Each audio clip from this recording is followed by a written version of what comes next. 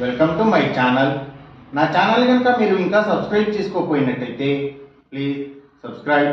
ఈరోజు మనం ఈ వీడియోలో 26 నవంబర్ 2024 అంటే మంగళవారం రోజు స్టాక్ మార్కెట్ ఏ విధంగా ఉండబోతుంది అనే ప్రెడిక్షన్ వీడియోని మనం చూద్దాం. అసలు మంగళవారం రోజు ఓవరాల్గా స్టాక్ మార్కెట్ ట్రెండ్ ఎలా ఉండబోతుంది అనేది తెలుసుకునే ముందుగా ప్రీ మార్కెట్ సెషన్ గురించి మనం ప్రెడిక్ట్ చేయాలి అంటే అంతకన్నా ముందు రోజు అంటే Monday American stock market Nasdaq mixed ట్రెండ్గా మూవ్ అయ్యే అవకాశం ఉంది. అందులో కొంతవరకు పాజిటివ్గా ట్రెండ్ అయ్యే అవకాశం ఉంది. అలాగే ఇక నెక్స్ట్ రోజు అంటే ట్యూస్డే మార్నింగ్ టైము ఒక పాజిటివ్ ట్రెండ్ని చూపించే అవకాశం ఉంది. ఏషియన్ మార్కెట్స్ ఒక పాజిటివ్ మూవ్మెంట్ని చూపించే అవకాశం ఉంది. సో అలాంటి పాజిటివ్ ట్రెండ్ బిగినింగ్ మనకు దొరికిన తర్వాత మన మార్కెట్ ఓవరాల్ ట్రెండ్ మనం చూడాలి అంటే అది మిక్స్డ్ ట్రెండ్గా మూవ్ అయ్యే అవకాశం ఉంది. సో ఆ మిక్స్డ్ ట్రెండ్ మూవ్మెంట్ అనేది ఎక్కువగా గ్రీన్ పాయింట్స్లో జరుగుతుందా లేదా రెడ్ పాయింట్స్లో జరుగుతుందా అనేది మాత్రం గ్లోబల్ మార్కెట్ ట్రెండ్స్ మీద ఇంకా మన మార్కెట్ ట్రెండ్ మీద న్యూస్ మీద డిపెండ్ అయ్యి డిసైడ్ అయ్యే అవకాశం ఉంది.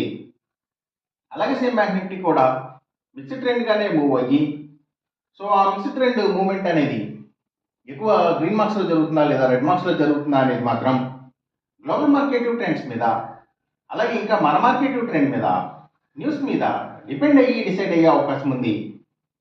నిఫ్టీ ఐటీ మాత్రం నెగిటివ్గా ట్రెండ్ అయ్యే అవకాశం ఉంది.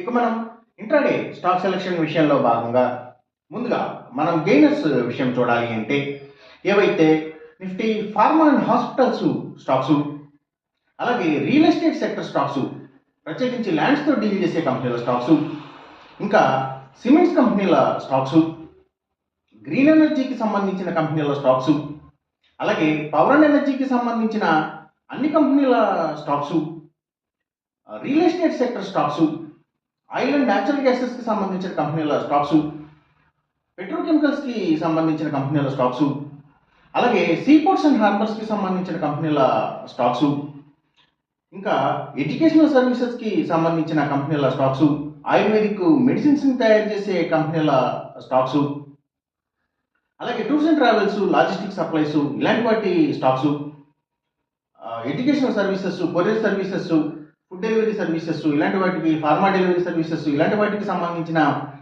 కంపెనీల స్టాక్స్ ఇవన్నీ కూడా మంచిగా గెయిన్ అయ్యే అవకాశం ఉంది సోమవారం రోజున. అలాగే ఇంకా పబ్లిక్ లిమిటెడ్ కంపెనీల స్టాక్స్ చాలా వరకు కూడా గెయినింగ్ సైడ్ ఉండే అవకాశం ఉంది సోమవారం రోజున.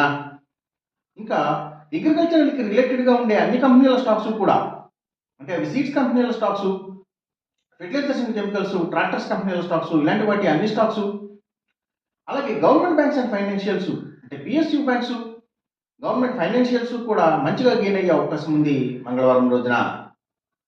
ఇక మనం ఇంట్రాడే లూజర్స్ విషయం చూడాలి అంటే ఏవైతే కమ్యూనికేషన్ సెక్టర్ స్టాక్స్ అలాగే వాటిని బేస్ చేసుకుని పనిచేసే cell phone towers cables internet services providers ఇలాంటి వాటి స్టాక్స్ అలాగే media sector stocks media and television ఛానల్స్కి సంబంధించిన కంపెనీల స్టాక్స్ ఎక్కువగా నెగిటివ్గా ట్రెండ్ అయ్యే అవకాశం ఉంది.